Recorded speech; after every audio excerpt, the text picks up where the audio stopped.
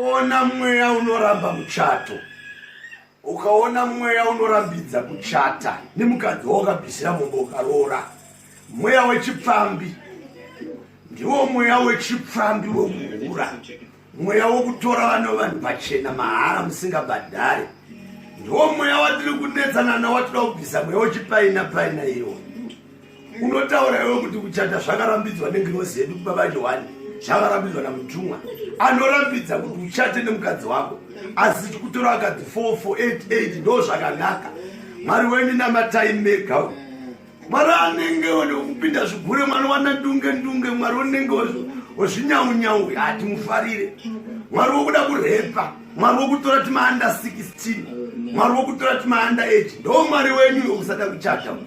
Uona vanhu vachata zvake nemukadzi wakari kutoda nemukadzi wake, hanzi zvakarambwa nevakatuma. Imi wavo vanai taimushe imi inda munoita songe musina kukurira kumisha imi itinamata makatinhongera papi kwechi tutsananguro tamunoda kuisa kuti munototora papi. Mweya wemakaro, mweya wenhafu nevakadzi ngaubve, mweya wokuda kutora vana vanhu musingaore ngaubve.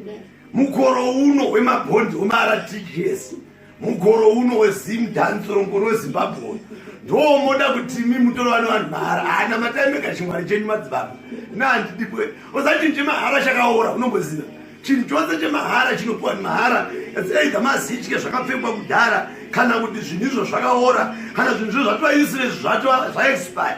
Ukaone mukadzi waunongopiwa mahara, it has been suspicious.